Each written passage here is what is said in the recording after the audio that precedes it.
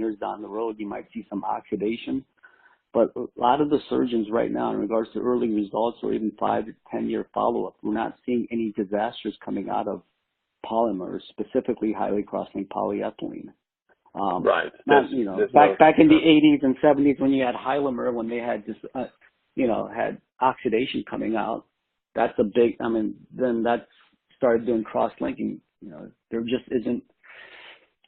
There aren't surgeons or customers looking for an alternative right now because the results are so good. I think there's, ceramic, is hard bearing option. I think, as the patients get younger, and whether it's in 10 or 15 years when the most modern polyethylene survivorship goes out 20 years, what's the wear going to look like for patients that have done, hips when they were in the 50s?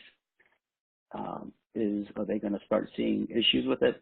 That's the big question mark, and that's the opportunity with ceramic on ceramic for the younger patients. Yeah, I understood. And in terms of the metal, the alloys that are used, there's nothing happening there either. They're kind of... No, that's essential. There's so much litigation in the U.S.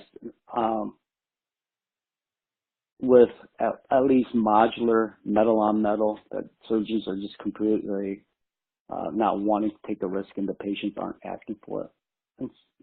But with that being said, there's still a select number of surgeons that are doing hip resurfacing, like the Birmingham, and that's purely based on patient demand versus surgeons. There are patients that are asking for hip resurfacing because they had one on the left side and they want another one on the right side, and they haven't seen much issues, so they're selectively picking to do resurfacing. But again, that's a really small market.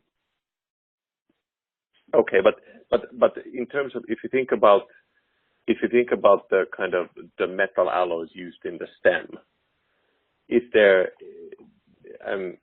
There's no real innovation happening.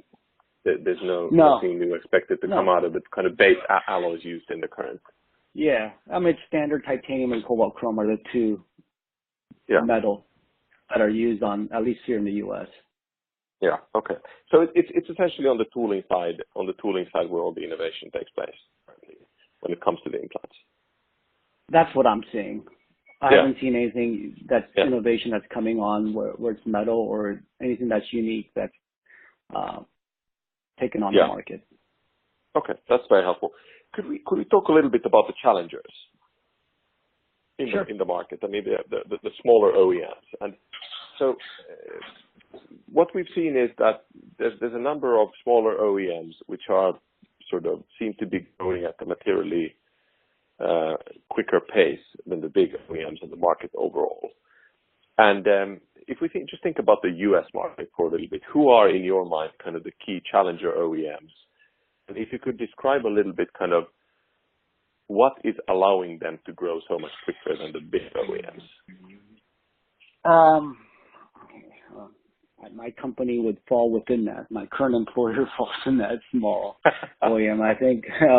So I'll just give a general overview of where the market is in reality of what's going on. So I think if you look at the second tier orthopedic company, let's get rid of the big four. I think the next, again, company like myself, we're fighting for remaining 10% market share, right? Outside of the 30-30-30 for the big guys, and another 20.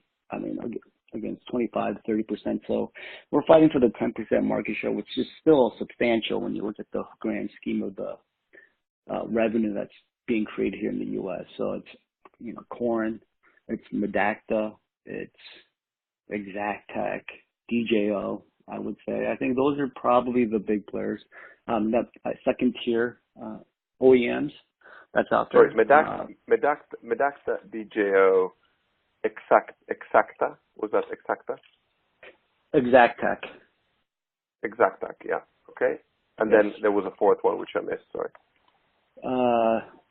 DJO, Medacta, Exactech, Corin. Corin. Yeah, Omni. Yeah.